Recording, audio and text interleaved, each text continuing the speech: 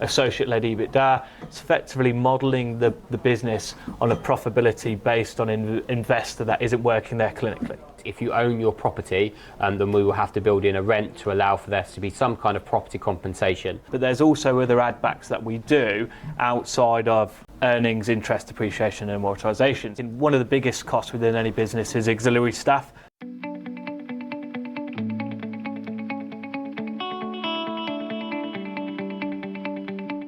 Hi and welcome to our latest water cooler. Now we do a lot of these water coolers on sort of topical issues that are affecting the market, but we thought actually sometimes we neglect to talk about some of the basics of practice valuation.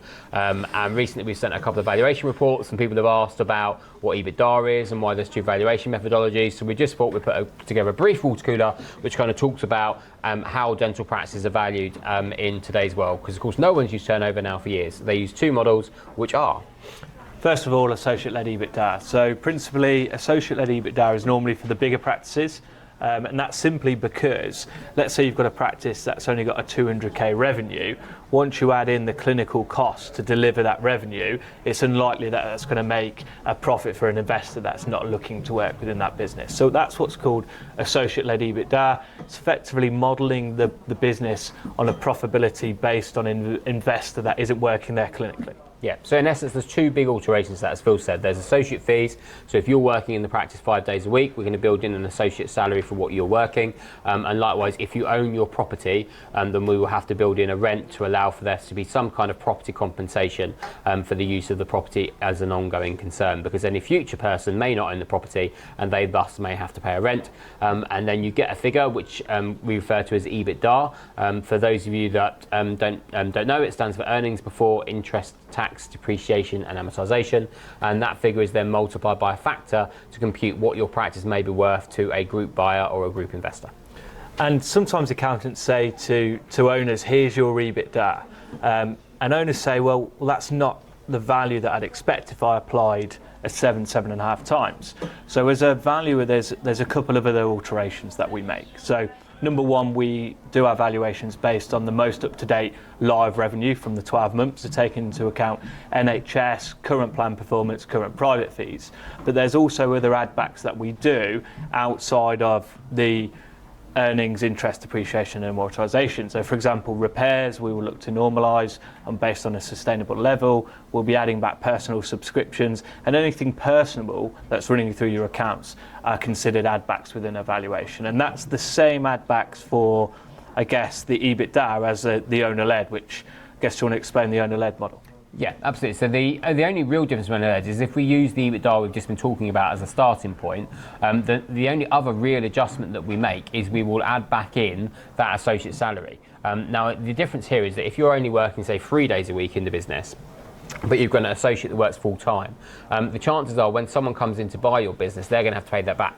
The bank a shed load of money, so they're going to want to work full time. So the adjustment we make is to add back a full-time associate's worth, provided that your business is working a minimum of 5 days a week, a full-time associate's worth of salary to compute what someone would own that business what someone would earn in that business if they owned it and worked in it for a minimum of 9 sessions a week. And typically that's, if you're a fully NHS practice, that's typically in the range of 7,500 UDAs and probably some private element. And if you're a fully private practice, you're looking at probably anywhere between, on a low scale, 250k gross, and on a high scale for a fully private practice in an affluent area, that could be as much as 400k of private income. So that figure is really based on comparables of the type of practice and currently what the delivery is within that business from associates working full time. Yeah. So I guess the important point to note is, for those of you that are watching this, is that it doesn't matter if you own a business of, say, 3 surgeries and you decide in towards the twilight end of owning that business that you want to only work 3 days a week. As long as you replace that income with an associate, even if you sell to an owner operator, is not going to be something which is going to impact the valuation when we come to work out the valuation for sale.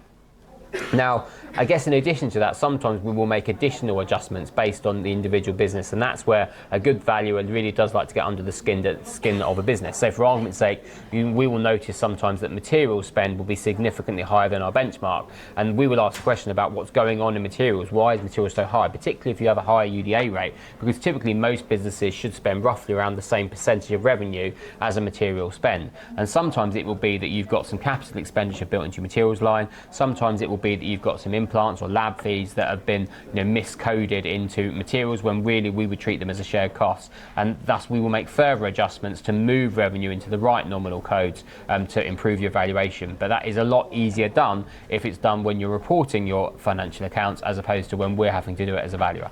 And the only other last point that I'd probably make, and one of the biggest costs within any business is auxiliary staff. So one of the adjustments that we also make is we recognise that business owners do employ their family members, do employ their spouse or their daughters on the payroll. So again, one of the final adjustments that we do make is based on the current staffing as per your current staff list linked to delivering that revenue. So in simple terms, when we're valuing, we're looking at current income minus the true cost to deliver that income, generates us a profit, which then we times by a multiple based on comparables, which is what we look at on every single deal.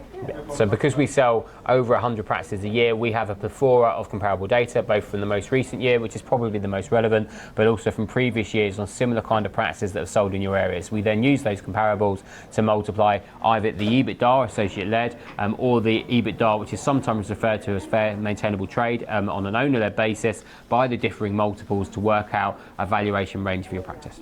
Well, thanks a lot.